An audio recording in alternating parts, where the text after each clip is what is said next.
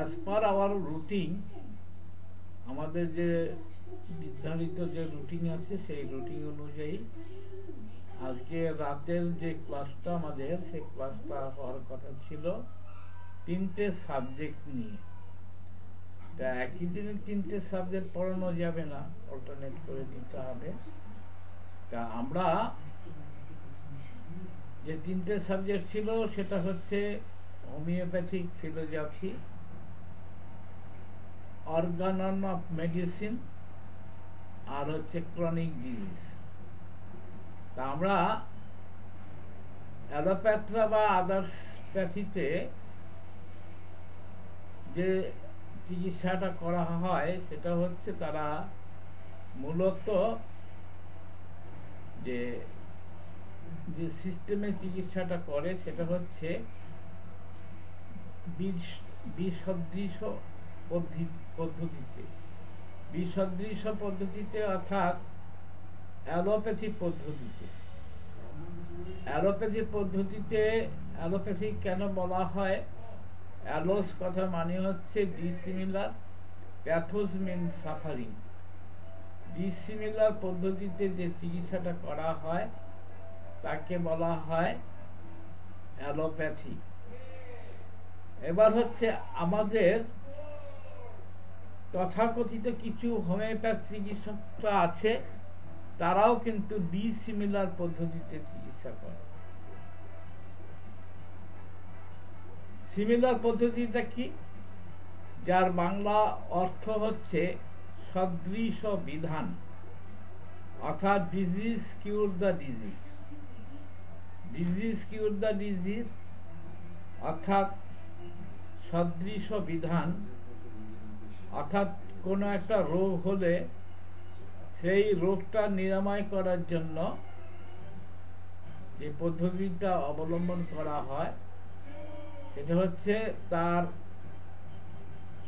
সদৃশ যে লক্ষণগুলো আছে সেই সদৃশ লক্ষণগুলো সঙ্গে সিমিলারিটি বজায় রেখে ওষুধ দেওয়া হয়।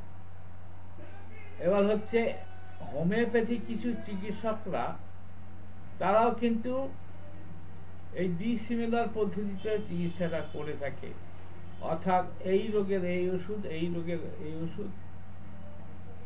বহু হোমিওপ্যাথদের দেখেছি তারা যে কোনো রিকগনাইজ ইউনিভার্সিটি থেকে, হোমিওপ্যাথি মেডিকেল কলেজ থেকে পাশ করার পরেও তারা কিন্তু এই ডিসিমিলার পদ্ধতিতে চিকিৎসা করে, অর্থাৎ কিছু কিছু স্পেসিফিক ওষুধ নিয়ে তারা আলোচনা করে।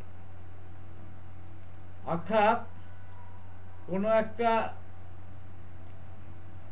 ডিজিজ যখন হয়, আমরা হোমিওপ্যাথরা যেটা করি সেটা হচ্ছে তার সিমটমস গুলো কালেকশন করে সদৃশ মতে আমরা মোর সিমিলার মেডিসিনটা সিলেক্ট করে থাকি। আর কিছু হোমিওপ্যাথ ডাক্তার আছে তারা কিছু পেটেন্ট, কিছু টনিক, কিছু মিক্সচার দিয়ে তারা চিকিৎসা করে। এটা কিন্তু হোমিওপ্যাথি পদ্ধতি নয়, এটা ফলো করা হয় অ্যালোপ্যাথি চিকিৎসার মতো, এটা ফলো করা হয়, অর্থাৎ ডিসিমিলার পদ্ধতিতে এরা চিকিৎসাটা করে। তা এবার হচ্ছে রোগ আর রুগী। আমরা একটা কথা বলে থাকি, allopath treat the disease not patient, homeopath treat the patient not disease. দুটো ভাবধারাই আলাদা। তা হোমিওপ্যাথ ট্রিট দ্য পেশেন্ট, এটা হচ্ছে প্রাকৃতিক নিয়মে আরোগ্য নীতির একটা আছে, নির্দিষ্ট একটা আরোগ্য নীতি আছে রোগের চিকিৎসা ক্ষেত্রে। সেই আরোগ্য নীতিটা হচ্ছে প্রকৃতিকে ফলো করে আমরা হোমিওপ্যাথরা সেই আরোগ্য নীতিটাকে অবলম্বন করে আমরা চিকিৎসা করে থাকি। তাহলে রোগ আর রুগী, রোগটা কি? রোগটা হচ্ছে কিছু আভ্যন্তরীণ গোলযোগ হয়, শরীরে বিশৃঙ্খলা তৈরি হয়, তার একটা বহিঃপ্রকাশ ঘটে। সেই বহিঃপ্রকাশ ঘটার ফলে তাকে রিলিজ দেওয়ার জন্য ডিসিমিলার পদ্ধতিতে চিকিৎসা করা হয়। সেইটা ক্ষেত্রে অর্থাৎ তারা রোগের চিকিৎসা করে, টাইফয়েড হলো কিনা, ম্যালেরিয়া হলো কিনা, তারপরে নিউমোনিয়া হলো কিনা, এই সমস্ত রোগের যে তাৎক্ষণিক যে লক্ষণগুলো, যে বহিঃপ্রকাশগুলো, সেটাকে ওরা রিলিফ দেয় বা সেটা তাদের মানে সাময়িকভাবে কিছু উপশম করে। এটা কিন্তু আমাদের আদর্শ আরোগ্য নয়। তাহলে আদর্শ আরোগ্যটা হবে কিরকম? আদর্শ আরোগ্যটা হবে তার দেহ মন থেকে সমস্ত রকম বিশৃঙ্খলা দূরীভূত হবে। আমরা অনেক সময় দেখি যে কিছু চিকিৎসা পদ্ধতি আছে, সেই চিকিৎসা পদ্ধতিতে রোগের যে লক্ষণগুলো ছিল সেই লক্ষণগুলো রিমুভ হয়ে গেছে। কিন্তু যেমন ধরুন সাপোজ কারো কোনো একটা জ্বর হয়েছে, তা এই তথাকথিত চিকিৎসার মাধ্যমে সে জ্বরটা কমে গেল, তার যে বাহ্যিক যে লক্ষণগুলো সেটা দূরীভূত হলো, কিন্তু ওই চিকিৎসার পরে কিছু নতুন কিছু লক্ষণ আমরা দেখতে পাই।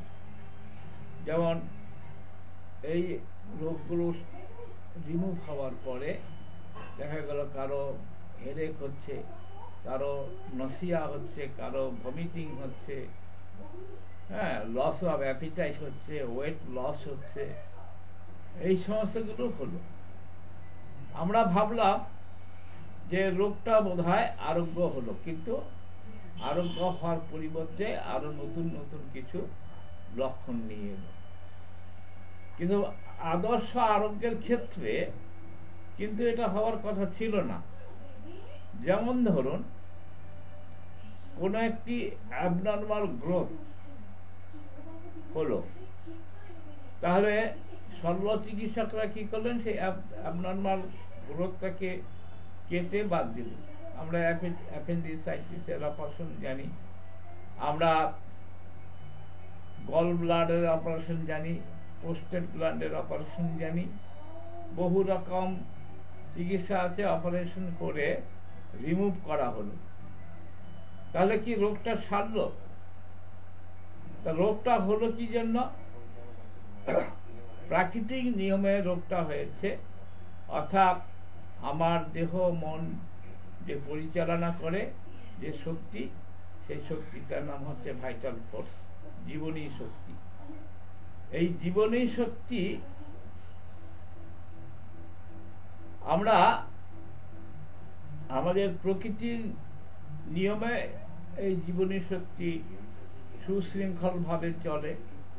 এবার আমরা প্রকৃতির আরোগ্য নীতিকে লঙ্ঘন করার ফলে সুস্থ অবস্থা, প্রকৃতির একটা নিয়ম আছে, প্রকৃতির নিয়মকে লঙ্ঘন করার ফলে যদি আমরা কোনো কাজ করে থাকি, কোনো বিশৃঙ্খলা সৃষ্টি করে থাকি, তার এফেক্ট হিসাবে ভাইটাল ফোর্স, তার মধ্যে একটা বিশৃঙ্খলা তৈরি হয়।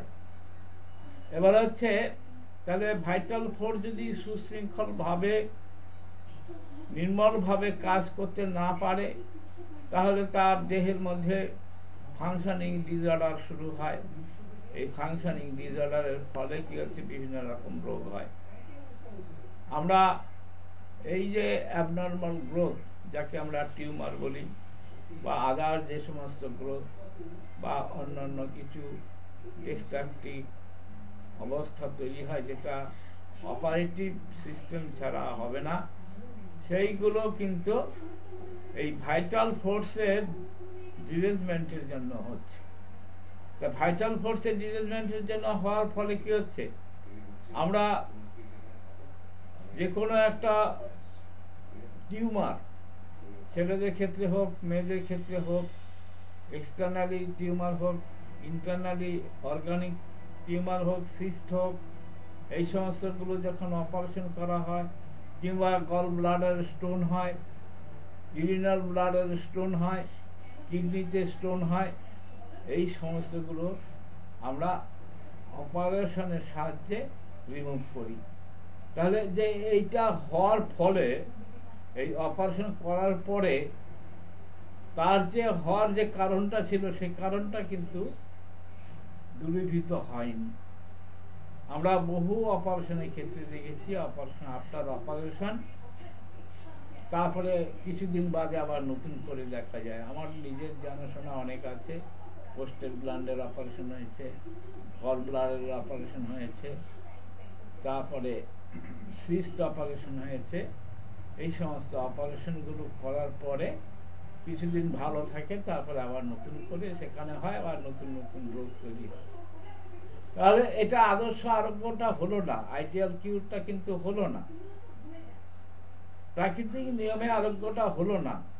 যার ফলে হলো কি, তার আমাদের যে মনস্তরে যে ব্যাধিগুলো, সেই ব্যাধিগুলো কিন্তু ভিতরে ভিতরে থেকে গেল, এবং সুযোগ পেলে, সময় পেলে সেই সমস্ত রোগগুলো আবার সেই পুরনো ফর্মে ফিরে আসে, অথবা নতুন নতুন ফর্ম নিয়ে চলে আসে। তাহলে এটা কিন্তু আইডিয়াল কিউরটা হলো না, এবং তার যে ব্যাড এফেক্ট, সেই দীর্ঘস্থায়ী ব্যাড এফেক্টটা রয়ে গেল। সুতরাং আমাদের যদি পিওরলি আরোগ্য করতে হয়, তাহলে কি করতে হবে? আইডিয়াল কিউর যদি করতে হয়, জীবনী শক্তিকে নির্মল করতে হবে। জীবনী শক্তি থেকে আমাদের যদি নির্মল করতে পারি, অটোমেটিকই প্রাকৃতিক নিয়মে রোগী সুস্থ হয়ে উঠবে।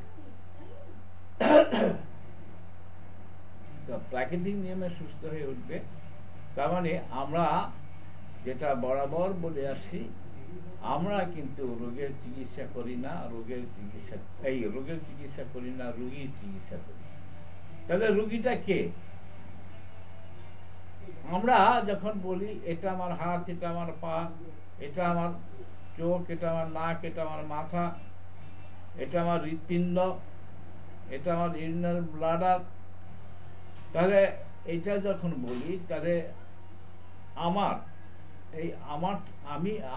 অর্থাৎ আমিটা কে? সবই তো আমার। যে অর্গানগুলোর নাম বলছি, সমস্ত অর্গানগুলি কিন্তু আমার। তাহলে আমি বলে একটা ব্যক্তি আছে, কেউ না কেউ আমি বলে আছে। তাই আমি অসুখ হওয়া মানে হচ্ছে আমি অসুখ হচ্ছি।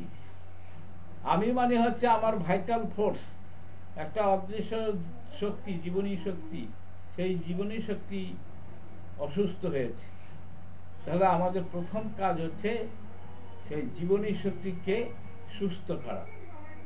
জীবনী শক্তিকে সুস্থ করতে গেলে আমার প্রকৃতি থেকে জ্ঞান নিতে হবে, প্রকৃতি থেকে আমাদের শিক্ষা নিতে হবে, প্রকৃতি থেকে আরোগ্য নীতি বুঝতে হবে, জানতে হবে। প্রকৃতি কিন্তু তার আরোগ্য নীতিটা ঠিক করে দেয়। তারা আরোগ্য নীতি প্রকৃতি ঠিক করে।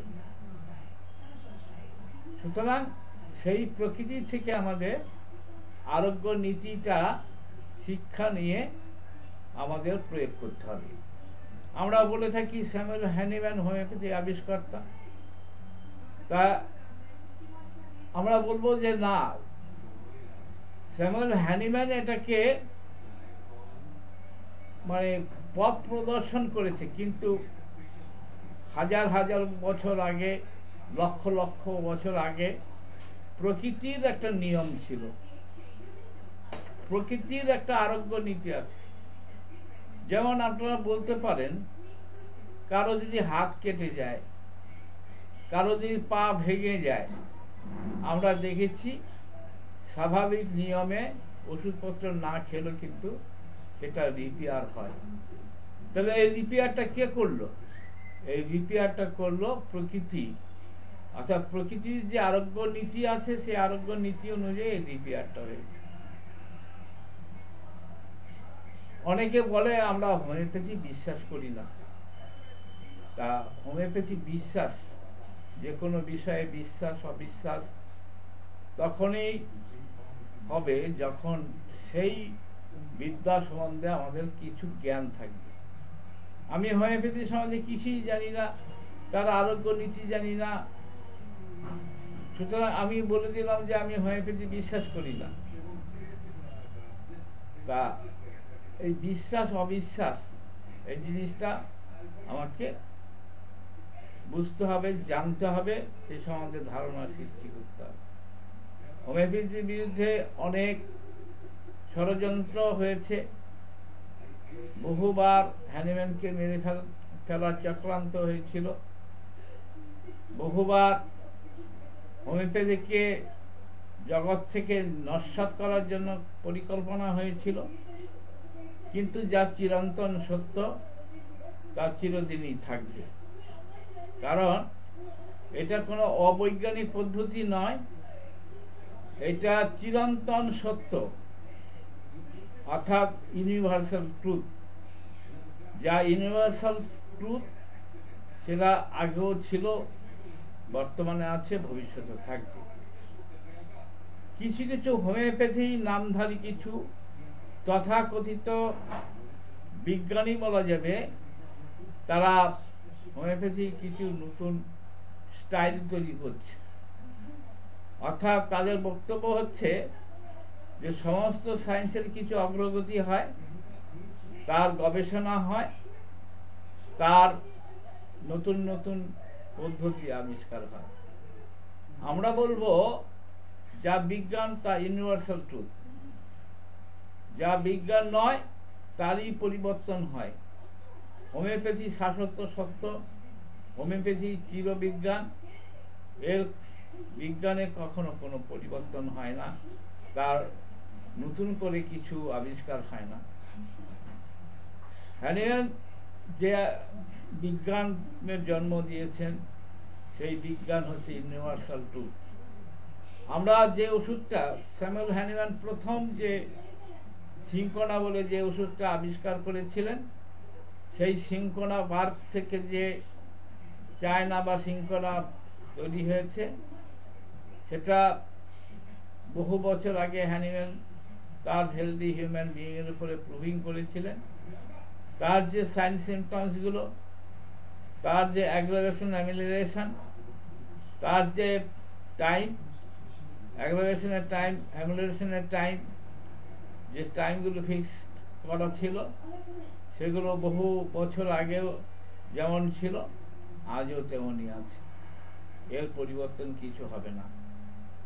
কারণ ওই আমরা বিজ্ঞানের নাম করে যদি এইগুলোকে মিক্সচার করি, এগুলোকে পেটেন্ট তৈরি করি, এইটা কিন্তু একটা অবৈজ্ঞানিক পদ্ধতি, অবৈজ্ঞানিক চিন্তা ভাবনা।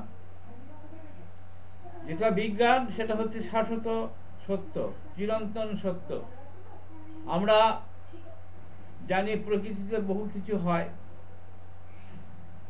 যেমন তেতো খেলে, তেতো জাতীয় জিনিস খেলে তেতো লাগে, লবণ খেলে নোনতা লাগে, মিষ্টি জাতীয় খেলে মিষ্টি লাগে, তা এর কিন্তু কোনো পরিবর্তন হয় না। সূর্য, আমরা জানি যে সূর্য 1000 বছর আগেও পূব দিকে থেকে উদয় হতো, পশ্চিমে অস্ত যেত। অমাবস্যা পূর্ণিমাতে নানা রকম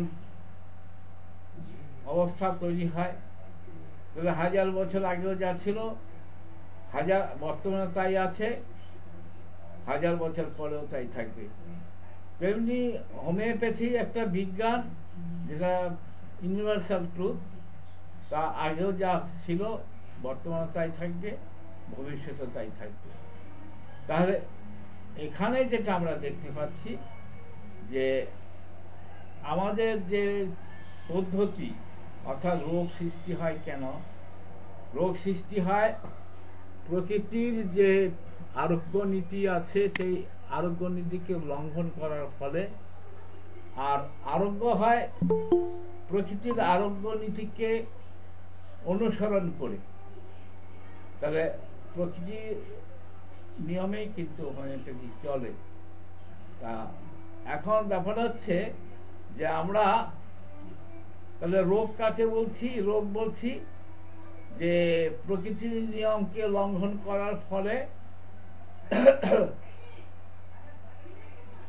প্রাণী জগতে যে বিশৃঙ্খল অবস্থাটা তৈরি হয়, প্রাণীর দেহে মনে যে বিশৃঙ্খল অবস্থা তৈরি হয়, সেটা হচ্ছে রোগ। তার কিছু বহিঃপ্রকাশ ঘটে, যাকে আমরা বলি সিমটমস। আর এই প্রকৃতির নিয়মকে ফলো করেই কিন্তু আমরা হোমিওপ্যাথি চিকিৎসাটা করে থাকি। প্রকৃতির নিয়মকে ফলো করে আমাদের হোমিওপ্যাথি চিকিৎসা করে থাকি। তাহলে রোগ কিভাবে হচ্ছে? রোগ তৈরি হচ্ছে, রোগটা তৈরি হয় কোথায়? মনোজগতে, সূক্ষ্ম স্তরে মনোজগতে তৈরি হয়। আমরা প্রত্যেকটা ক্রনিক ডিজিজের ক্ষেত্রে আমরা যেটা করে থাকি সেটা হচ্ছে তার মানে বিভিন্ন রকম লক্ষণ সংগ্রহ করি। এই সদৃশ লক্ষণ সংগ্রহ করে আমরা সেখানে কিছু খোঁজার চেষ্টা করি, তার পূর্বপুরুষের কি রোগ হয়েছিল, কি রোগে মারা গিয়েছিল।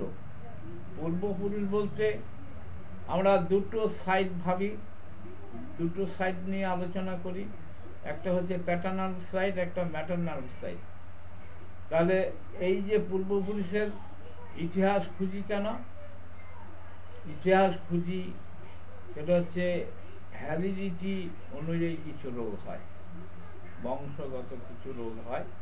এই বংশগত রোগটাকে খোঁজার জন্য এটা কেন খুঁজি? এটা খুঁজি যে আমরা প্রথমে যে মায়াজমের কথা বললাম, এই মায়াজমটা কিন্তু বংশ পরাক্রমে মানে তৈরি হয়। অর্থাৎ কিছু ক্রনিক ডিজিজ আছে, সেই ক্রনিক ডিজিজগুলো হচ্ছে সোরাস, সিফিলিস, সাইকোসিসের প্রভাবে হয়। এই সোরাস, সিফিলিস, সাইকোসিস, এই যে মায়াজমের প্রভাবগুলো কিন্তু বংশানুক্রমে হয়ে থাকে, অর্থাৎ জেনারেশন টু জেনারেশন।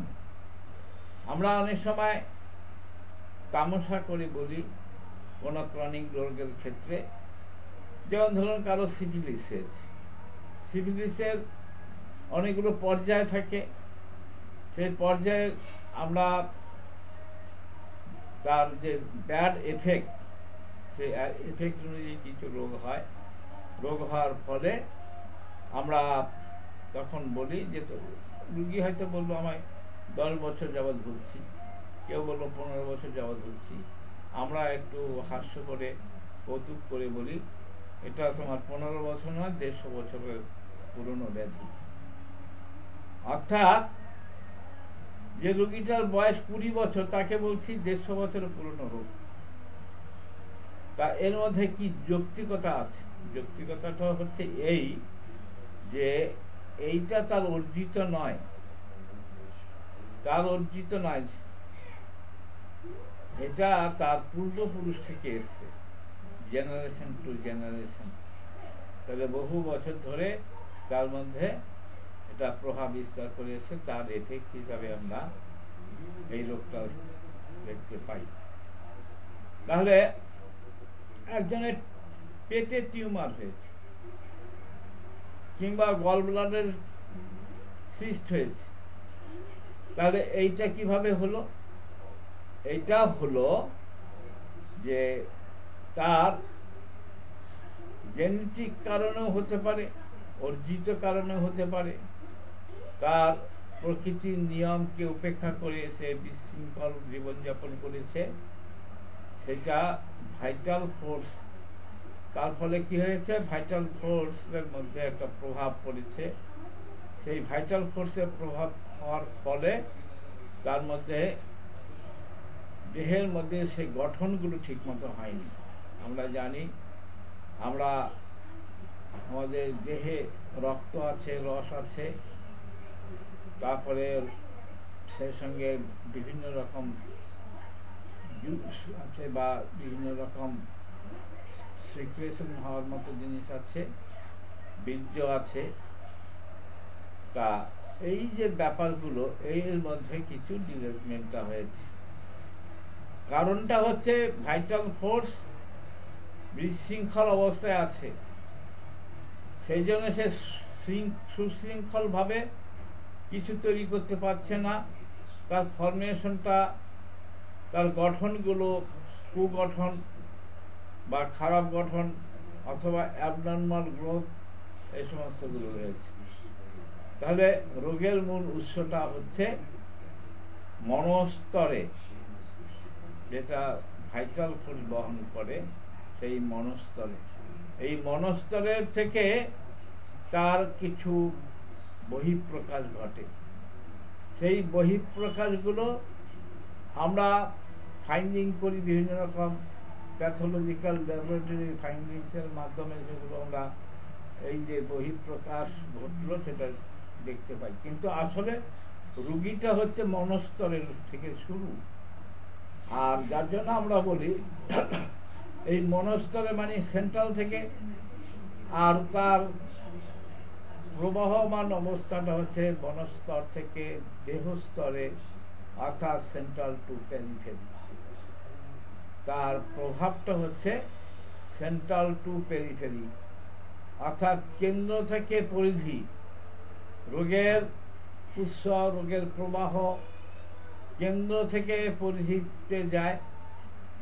আর এই ম্যাল ট্রিটমেন্ট যারা করে তারা কি করে, তারা সেই পরিধি থেকে ওটাকে সেন্ট্রালে পাঠিয়ে দেয়।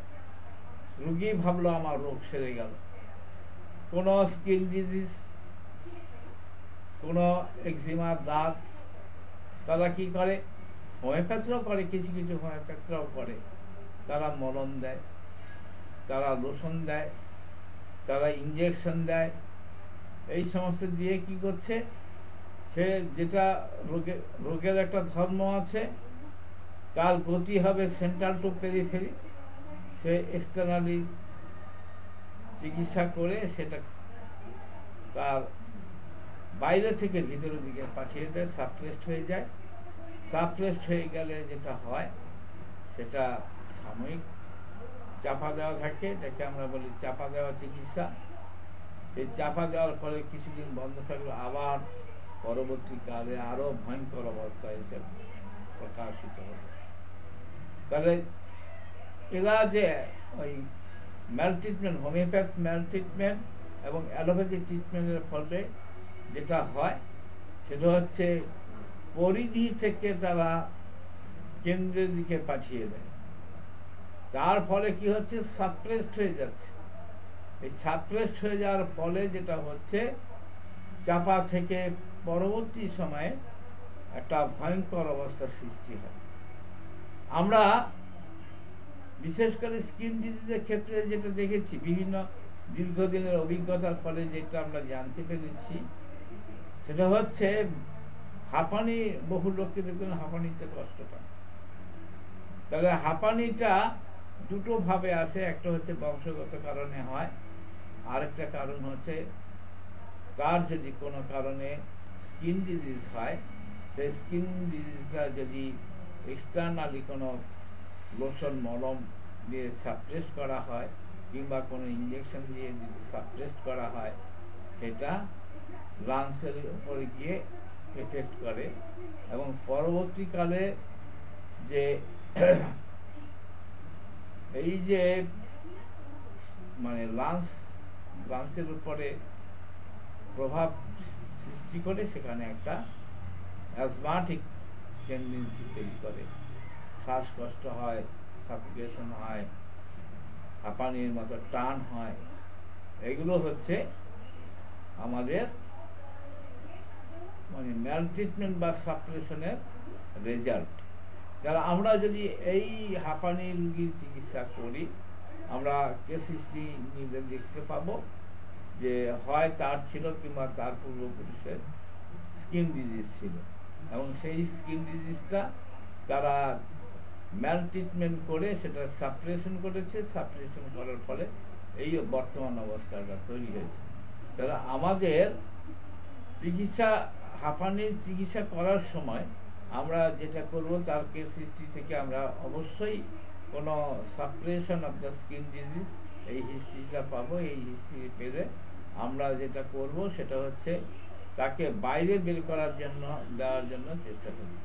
তাহলে আমরা আমাদের প্র্যাকটিক্যাল জীবনে যেটা দেখেছি সেটা হচ্ছে যে হাঁপানি রোগীর চিকিৎসা করার সময় তাদের প্রপার সিলেকশন যদি আমরা করতে পারি ওষুধ, সেই ক্ষেত্রে দেখেছি যে তাদের আস্তে আস্তে হাঁপানিটাও বেড়ে গেছে এবং তার কিছু বাইরে ইরাপশন, পুরনো সেই স্কিন ডিজিজগুলো আবার ফিরে এসেছে। তা এটা হবে কখন? আমরা জানি কেন্টের একটা 12 অবজারভেশন আছে। সেই অবজারভেশনের মধ্যে আমরা দেখতে পেয়েছি যে আমরা আমাদের যদি চিকিৎসা, সঠিক চিকিৎসা হয়, সঠিকভাবে ওষুধ নির্বাচন হয়ে থাকে, তাহলে এই অবস্থাটা আমরা দেখতে পাই।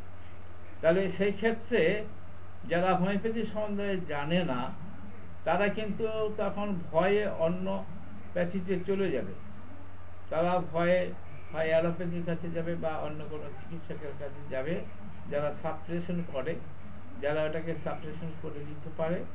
হোমিওপ্যাথিতে সাপ্রেশন করে দিতে পারে, হোমিওপ্যাথিরও সেই পদ্ধতি আছে সাপ্রেশন করে দেওয়া।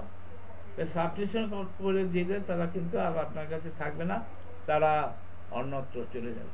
আর যারা হোমিওপ্যাথিটা বোঝে, হোমিওপ্যাথি সম্বন্ধে যারা জানে, যেটা আমরা অর্গানল অফ মেডিসিনে যেটা আমরা বলে থাকি যে medicinal regulation good for the patient, অর্থাৎ এটা হচ্ছে ইন্ডিকেশন অফ দ্য কিওর। যদি হোমিওপ্যাথি ওষুধ ক্রনিক ডিজিজে হোমিওপ্যাথি প্রপার সিলেকশন হয়, বেশিরভাগ ক্ষেত্রে দেখা যায় তার মানে একটা মেডিসিনাল অ্যাগ্রাভেশন হয়েছে। এই অ্যাগ্রাভেশন আবার অনেক রকম আছে। অ্যাগ্রাভেশন আমাদের সেগুলো মানে তার পর্যায়ে আছে। কিছু কিছু অ্যাগ্রাভেশন হচ্ছে প্রথমে খুব অ্যাগ্রাভেশন হবে, তার আস্তে আস্তে মানে নিজে থেকেই আস্তে আস্তে কমে আসবে। এবং এটাকে কোনটা আরোগ্যের ইন্ডিকেশন দিচ্ছে, কোনটা ইনকিউরেবল হবে, সেটা আমরা বুঝতে পারবো। অর্থাৎ তার এক্সটার্নালি বেড়েছে কিন্তু মেন্টালি সে স্যাটিসফাইড, মেন্টালি সে বেটার ফিল করছে। তা এই হচ্ছে আমাদের বুঝতে হবে যে আরোগ্যটা কি এবং কোথা থেকে মানে রুগী কে। তা রুগীকে এটা আমাদের প্রথমে বুঝতে হবে। আমরা যেহেতু রোগের চিকিৎসা করি না, রুগীর চিকিৎসা করি, তাহলে রুগীটা হচ্ছে মানে patient himself as a whole extent, তার সামগ্রিকভাবে তার যে হোল এক্সটেন্ট, সেই এক্সটেন্টটাই হচ্ছে রুগী। অর্থাৎ রুগী হচ্ছে সেই যে তার দেহ মন নিয়ন্ত্রণ করে। রুগী সেই যে তার মানে ভাইটাল ফোর্স হচ্ছে তার রুগী, ভাইটাল ফোর্স রুগী এবং তার দেহ মন সমস্ত কিছু নিয়ন্ত্রণ করে ভাইটাল ফোর্স। এই ভাইটাল ফোর্স যে চিকিৎসাটা আমরা করব, অর্থাৎ ভাইটাল ফোর্স, রুগী হয়েছে ভাইটাল ফোর্স, ডিরেজমেন্ট হয়েছে। কারণটা কি, কেন তার রোগটা হলো? রোগ হওয়াটার কারণ হচ্ছে সে প্রকৃতির নিয়মকে লঙ্ঘন করেছে। রোগ তখনই হয়, তাদেরই হয় যারা প্রকৃতির নিয়মকে লঙ্ঘন করে। এই প্রকৃতি নিয়মকে যারা লঙ্ঘন করে, প্রকৃতি তাদেরকে আরোগ্য করে তার প্রাকৃতিক নিয়মে। সেই নিয়মটা হচ্ছে সিমিলা সিমিলেবাস কিরেন্তা, সম সম সময়তে। এছাড়া আইডিয়াল কিউরের কোনো রাস্তা নেই।